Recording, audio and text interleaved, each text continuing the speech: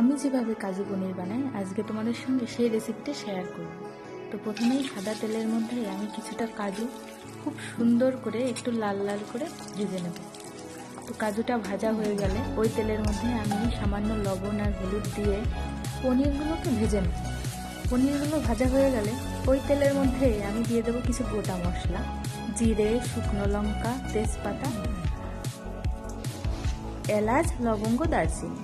তো মশলাগুলোকে আমি খুব ভালো করে ভেজে নেব।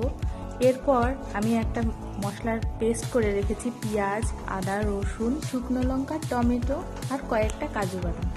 এরপর এর মধ্যে দিয়ে দেব পরিমাণ মতো লবণ আর পরিমাণ মতো হলুদ। তো মশলাটা একটু কষানোর পর এর মধ্যে কিন্তু আমি দিয়ে দেবো জিরে গুঁড়ো আর ধনে গুঁড়ো। মশলাটা খুব ভালো করে যখন ভাজা হয়ে যাবে তখন এর মধ্যে আমি ভেজে রাখা কাজু আর পনিরগুলো দিয়ে দেবো। তো তারপর এর সঙ্গে মশলাগুলো আরও একটু ভালো করে কষিয়ে নেব। তো এটা যেহেতু একটু গ্রেভি গ্রেভি হবে, তো আমি খুবই অল্প পরিমাণে যতটুকু গ্রেভি আমি চাই ততটুকুই আমি জল দিয়ে দেবো। দেখো জলটা দিয়ে দিয়েছি, গ্রেভিটা কিন্তু ফুটতে শুরু করে দিয়েছে।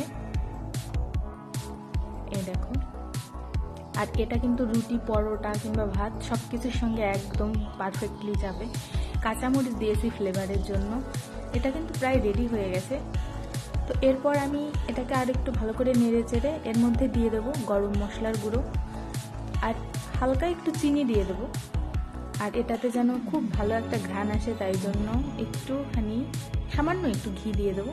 আর এটা কিন্তু রেডি হয়ে গেছে।